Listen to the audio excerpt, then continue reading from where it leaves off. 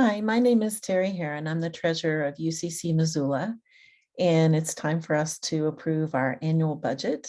And we operate on a calendar fiscal year. So this is for January through December of 2022. So this is going to be two things in one report. One is to report the actual results for calendar 2021 and to put forward the proposed budget that the cabinet has approved and explain those particular elements. So I'm going to share my screen. And you should see a spreadsheet here. Just to walk you through the structure of the spreadsheet. Just for reference, our last non-pandemic fiscal year was the year ended 12/31/19. And then this is the columns in blue are the most recent fiscal year and what we had approved this time last year in the budget. And then the columns in green is what the cabinet is proposing we spend in the coming year. Now, I have formatted this so that it excludes all spending out of our designated funds. So this is what we consider our operating budget. The designated funds I'll go over at the end are available for any spending in line with the donor's intent. We do have some cabinet designated funds that don't have legally binding restrictions on them, and I'll point those out as well. So I'm going to start with the revenues. So the revenues that we have, the largest chunk of money comes from donations from, whether they're members or, whoever wants to give us money. We have this placed in two different lines in the actual blue portion. The pledge income is almost $298,000 actually collected, which is amazing. It was well above, we split it out when we do budgeting based on pledgers who've done pledge cards and what we expect them to give, and non-pledgers, they also give. So we had in total budgeted $280,000 and we exceeded that by quite a bit. So $298,000 is what we actually collected. We are proposing a total of $290,000 between the two buckets of money for next year's budget.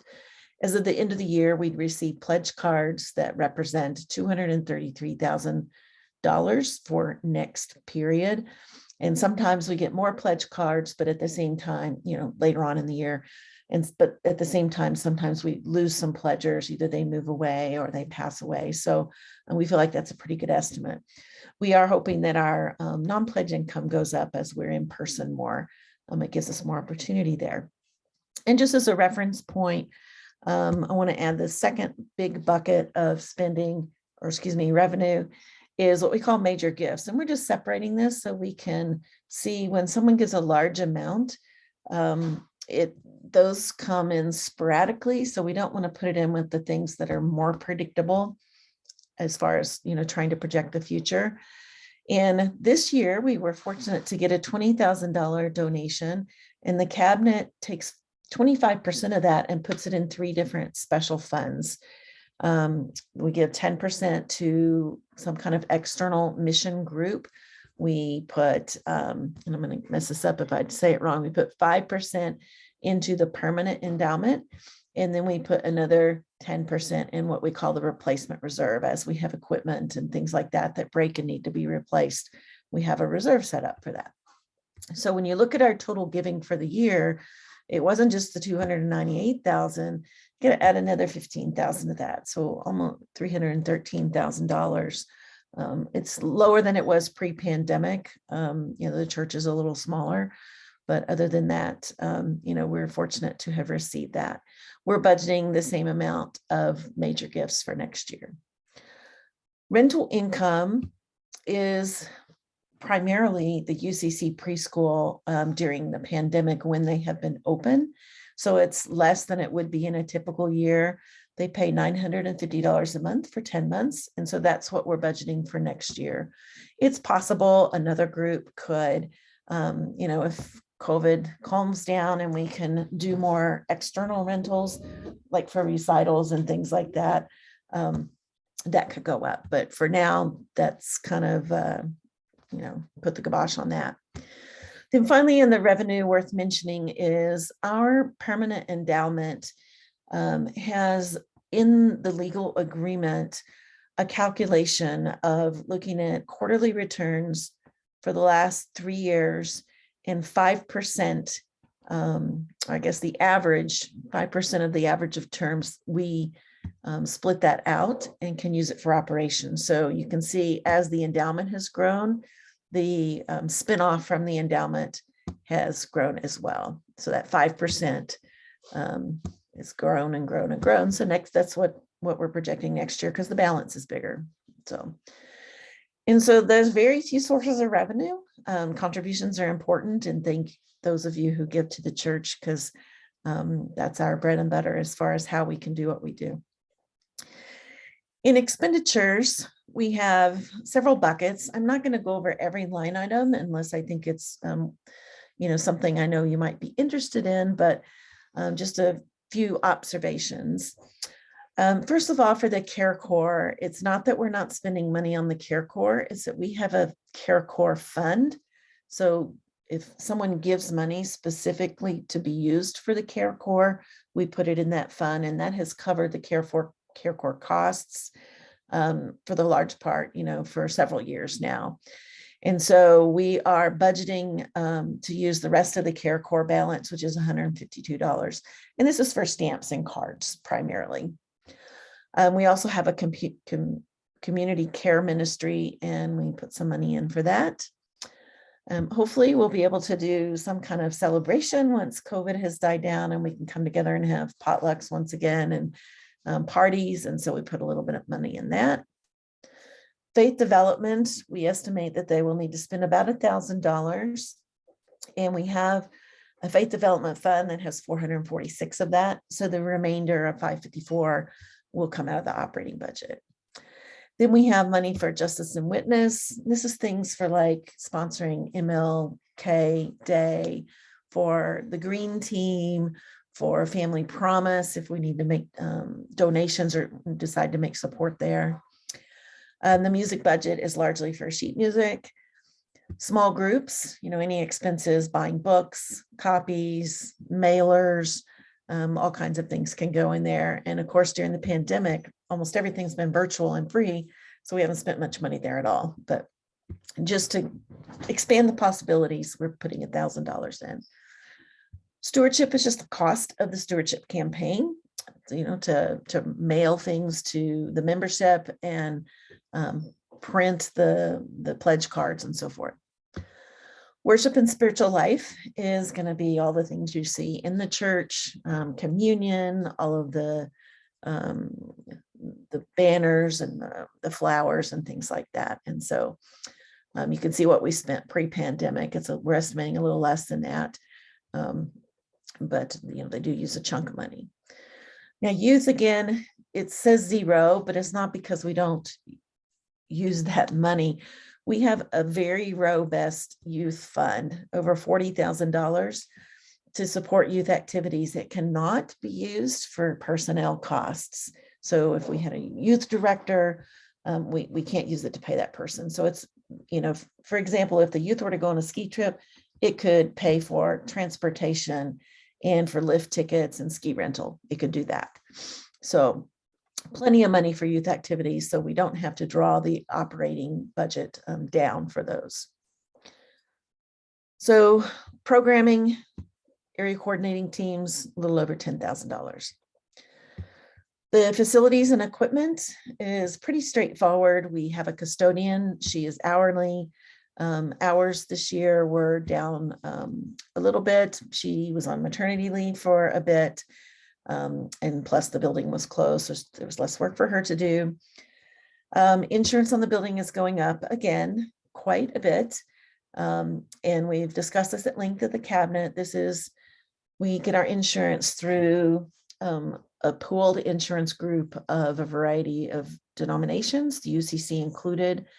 At some point we might want to explore what it would cost to go elsewhere, but because they do serve churches, which have kind of a unique risk as far as like people using the building and things like that, we're going to stick with it. And, you probably know that property insurance is going up no matter who you are. So that's what it is. Janitorial maintenance is supplies to clean the building. Minor building repairs is really just a contingency. Oh, we had the boiler break, or, oh, we need to, patch the roof. We need to, we had an accident and the carpets are a mess, so we have to replace or clean the carpet. So that kind of stuff.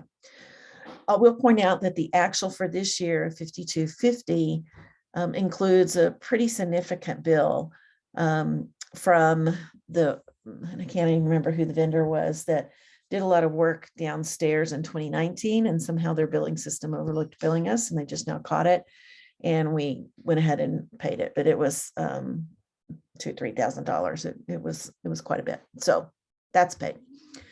And then utilities is really a crapshoot at this point, because it depends on how much we use the building and what's going to happen with rates, which we've heard some murmurings about rates going up.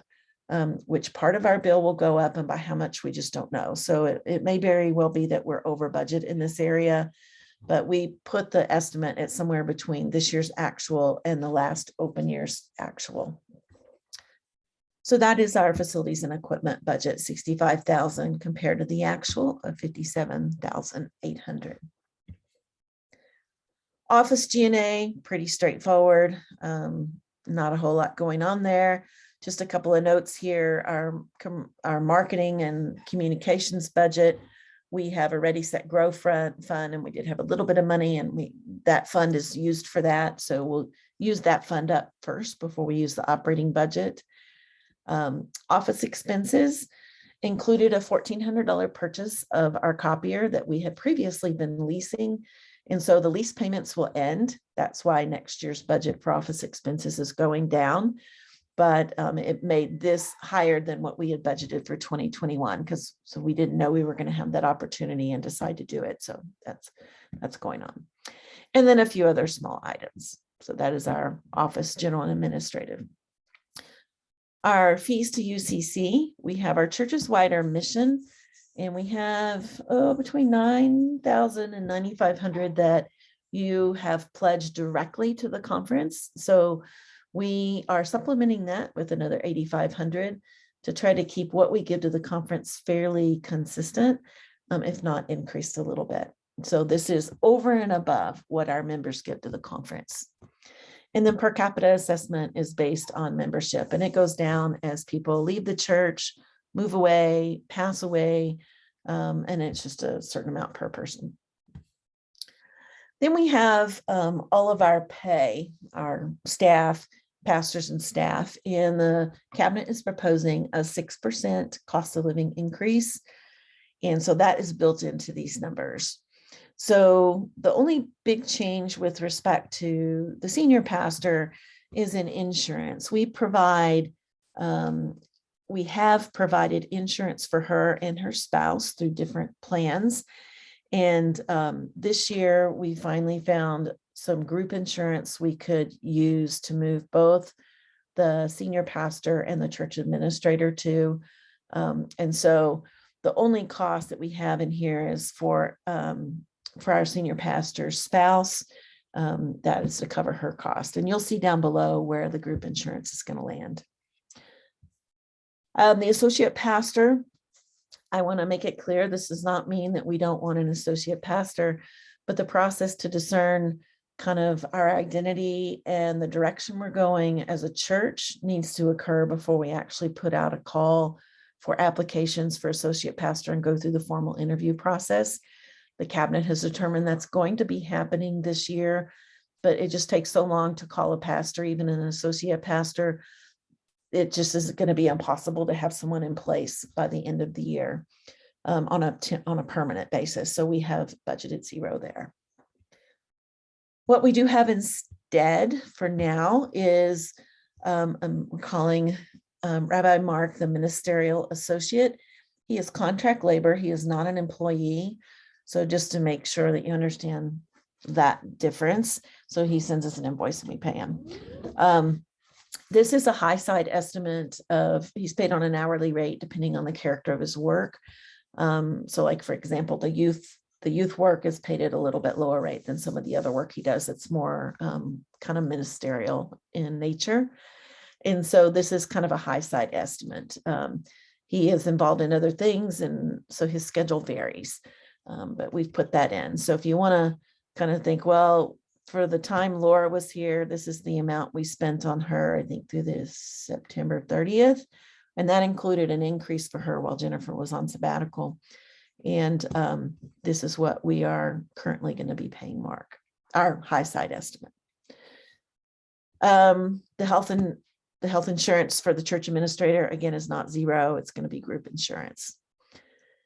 Everyone else is just the regular 6% increase, a little bit increase in hours for the children's church director, few increases here or there for that nature.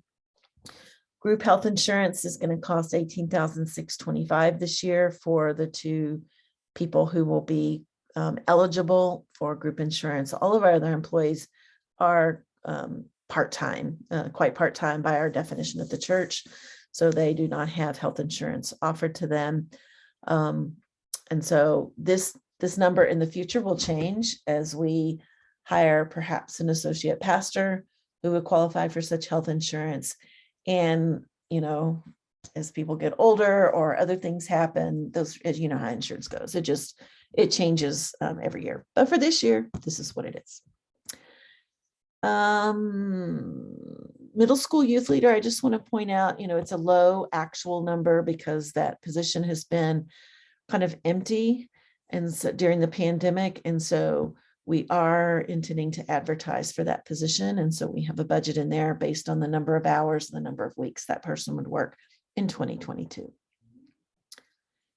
The last thing in the proposed budget is a $10,000 special project that the cabinet is proposing to do that reflective work of who are we, what direction are we going in, we have a vision, how do we see ourselves accomplishing that vision? It's been a number of years since we have done that. And then with online ministry and the pandemic, a lot of churches are kind of going through an identity crisis. I wouldn't call ours an identity crisis. It's just a healthy thing to do to re-examine who you are, where you want to put your energies.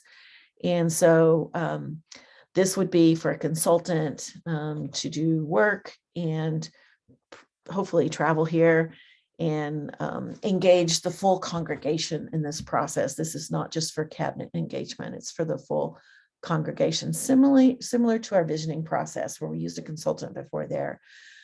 So that's just, I guess, a high side estimate again of what we think it will cost. So how did we end up?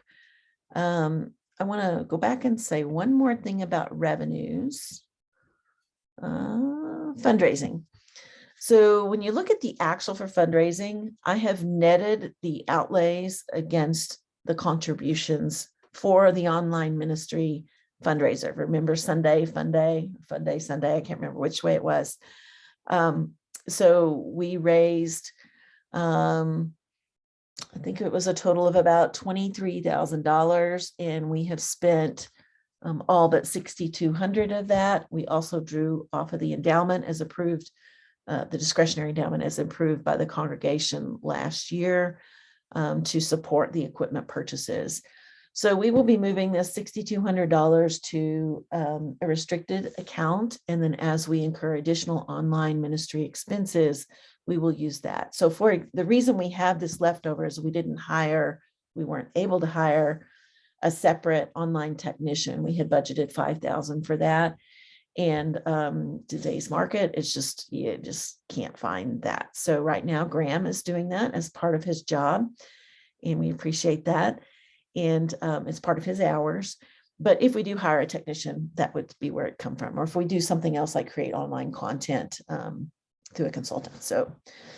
So with that fundraising of $6,200 that is specific, can't use it for operations, has to be used for online ministry specifically.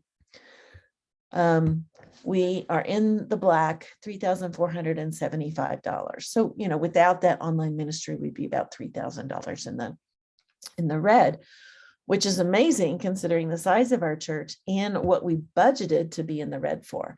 Remember, we have a ton of operating cash, unrestricted, available to use how we want cash.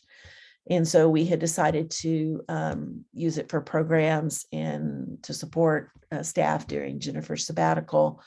And we didn't even come close to needing to go that far in the red. So that, you know, part of it is we got more contributions, part of it is we spent less. So it's a combination of both. For the proposed budget, for all of the revenues that I went over, minus all of the expenses I went over, we're proposing about a $48,000 intentional deficit, meaning we want to spend $48,000 of our operating cash to support the operations of the church for next year.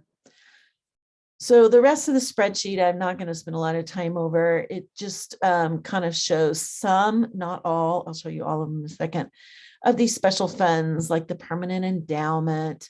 Here's our youth activities fund. There's our operating cash. Ready, Set, Grow still has money in it. Our vision process that we fundraised for last time still has money in it for mission as well as spiritual formation, which is what we used to pay Janice. And if we weren't in COVID, we would have been having retreats and things like that. But, you know, some things are on hold. We do have a memorial fund that is unrestricted, and we just kind of put it separate so we can do something very intentional with that money. And then we have the cabinet has designated money as replacement reserve, as I indicated. And then we also have an operating reserve. And we agreed at the last January's congregational meeting to bump up our operating reserve. This is like a rainy day fund. We hope we never have to touch that $85,000, but it would cover several months of expenses. And so just, you know, it's a healthy thing to do to have that. So I'm going to show you real quick the designated funds for those of you who are interested in what we have designations for. This is our unrestricted, undesignated cash account. Then this is our designated fund cash account. And I use the word designated, means both donor restricted and cabinet designated. Again, the cabinet designation is not a legal restriction. So donor designated, you see all of these right here. Most of them are pretty small. You know, the bigger ones, instrument repair. We haven't been using a lot of instruments. So Ready, Set, Grow, our youth activities. We had a youth hunger fund, like when we bought, the donation was to do things like create the packs for kids to take home from the food bank. Weekly readers, they consistently donate to a fund and determine how that money will be spent. The music fund, again, to support the music industry here. So those are donor restrictions that we must abide by. Then the cabinet decides to designate certain, you know, ways to spend money. Again, memorial funds, as I mentioned, that is not a donor restriction. That's, you know, someone passes away and says, you know, please give money to UCC. If you're looking for a charity to give money to in honor of that person or in memory of that person, but there's no designation for how that money can be spent. So that is around $15,000. And then that replacement reserve. So that is that checking account, $90,278. That is the designated funds. The operating reserve, let me back up. The checking accounts for unrestricted and unrestricted undesignated are non-interest bearing. The operating reserve, we did invest in a demand note, so it's earning a little bit of interest because we don't anticipate needing that money in the short term. Then we have a checking account for the remainder of our vision funds from a number of years ago. Again, slowly chipping away at that. And the pandemic has really put the brakes on some of that spending. And then we have the things that are really locked up. So these are our endowment accounts. We have 3, a discretionary endowment that we can only draw on for more capital long-term type assets if the congregation matches, or I guess donates at least 20% of the expenditure. The permanent endowment is that one that spins off a certain return every year we use for operations. And then we have a youth endowment as well that can be have a spinoff. And then we have a gift annuity, which is a special kind of giving arrangement where someone gave us money. We cannot get to it at this point, the terms of the annuity, but in the future, we may be able to do that. So this is a big number for us. We have passed $1 million in our, they're liquid, but not all usable assets, because like endowments, you can't just dip into the endowments. What about 63% of that are these things that we really can't touch. We can only touch some of the principal, or by congregational vote, we can dip into the principal of the discretionary. The other things are, donor designated, except for these few cabinet designated. And then after all of that, we still have this $163,000 to use. And the longer we sit on that, the less the purchasing power of that is. So we're trying to thoughtfully plan to use that. So that is an overview of the actual results. Those are the blue columns, and the proposed 2022 budget, the green column. And I'll scroll through this one more time, and then we will end the presentation. Let's look at our revenues and our expenses.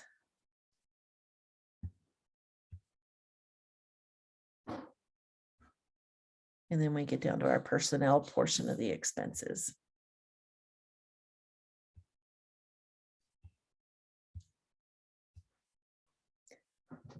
And the bottom line. So I look forward to answering any questions you might have. And please come to the congregational meeting on Zoom, January 30th. It will be after the service, and you'll get information about that in your e-blast. Have a great day.